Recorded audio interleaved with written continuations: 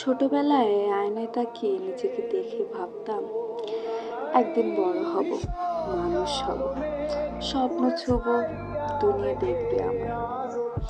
আমি হাসবো, উড়ব মুক্ত পাখির মতো।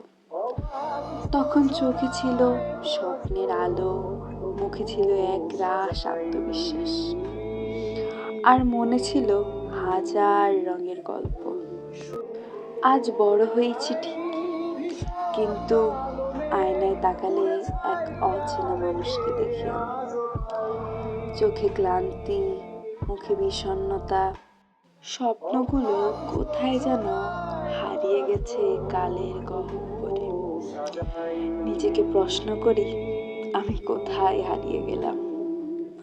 সেই ছোট্ট আমি তো শুধু বড় হতে চেয়েছিলাম, এভাবে হারিয়ে যেতে নয়।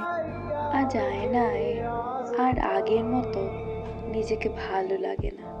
শুধু একটা দীর্ঘ শ্বাস জমে থাকে ঠোঁটের কোণে, আর ভিতরে থাকে একটা কণ্ঠ, তুই তো হেরে গেছিস।